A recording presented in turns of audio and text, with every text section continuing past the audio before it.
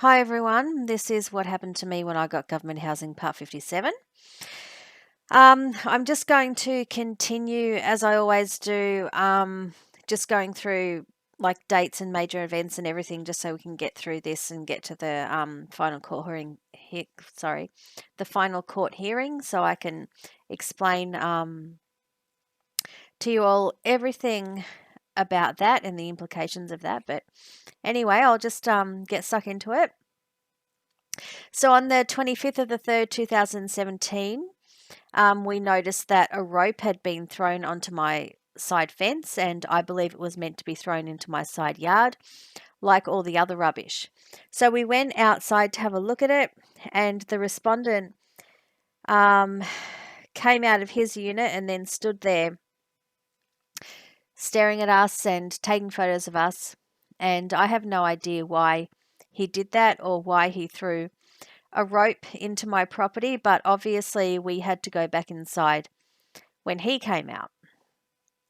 I couldn't have a normal conversation with anyone while he was around because he would always impose himself on me and glare at me to intimidate me out of talking, and obviously to intimidate me out of coming out of my unit. As I've showed you before, he would confront me, stand outside my door, come down the stairs, do all sorts of things to stop me from doing that as well. On the 29th of the 3rd, 2017, I attended the Melbourne Magistrates Court to get an extension on the personal safety order that I had against a respondent. What normally happens is that you get what's called an intervention order or a personal safety order against someone, and those things generally only go for 12 months. And they expire. So when you're in a situation like I was, where you're not getting help from anyone and you don't have a lawyer and you have to do everything on your own and people choose not to believe what you're saying, you end up going back to court to have those things renewed. So that's what I was doing on that day.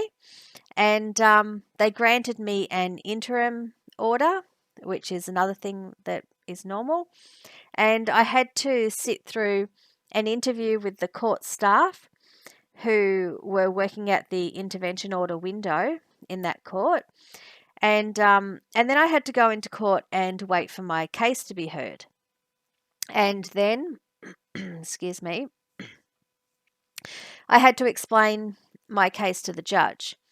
And this was more work and more time that I was spending away from my home and from my life because it felt like I was doing all of this and all of these things had nothing to do with my life. It was all just a distraction from the other things that I wanted to do and all the other things that I needed to do in life. At this stage, I had spent so much time completing administrative tasks for my case that it had depleted all my money and put me in debt. It also changed the course of my life. Instead of focusing on myself and on my family's needs, I was forced to focus on the respondent and on the work that I had to do to get rid of him. Attending court was labour as well. Being questioned by the court staff and by the judge was hard. And I was always expected to explain my circumstances and the respondent's actions, but I couldn't. As I've said before, I didn't know the respondent and I had never had any sort of relationship with him. But the impression that I got from people working in the justice system was that they assumed that I had. But the fact is that if I was in a relationship with a respondent, I would have gone to court and said I was in a relationship and applied for a personal safety order. And because I didn't have a relationship with him, I went into court and said that I didn't. I am fully aware that I am just as entitled to an order, regardless of whether or not I had a relationship with him. So I had no reason to lie.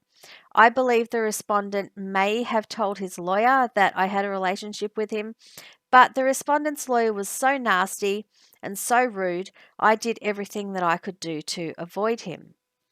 So I didn't hear many allegations from him apart from the strange things that he said to me in court. So I got the interim personal safety order, and then a hearing date was set for the 3rd of the 5th, 2017. Then on the 2nd of the 4th, 2017, I received another reply from Police Command regarding another complaint that I had made against an officer at Northcote Police Station. I'd made a complaint against the officer who charged me with walking towards the respondent because I had to go to court and spend the whole day there, and I had to put my daughter in after school care. And that whole day was wasted because that officer had not replied to the court's request for him to respond about my application to be on the diversion program. So I complained to Police Command and I got an email back saying that they would pass my complaint back to Northcote Police Station. I didn't want my complaint forwarded to Northcote Police Station, but I didn't get a choice. I feared that the police would retaliate against me in some sort of way for making these complaints, but I didn't know what else to do. I had to stand up for myself because I was being treated so badly by the people who work in the justice system. I know a lot of people on social media comment on the fact that the police investigate themselves and the problems that that causes, but I can't dwell on that in this video because we have to keep going until we get to the final hearing. After everything I'd already been through, that day the respondent was on the balcony using power tools, which was really loud, and I just needed to get away so I could relax, but there was nowhere for me to go.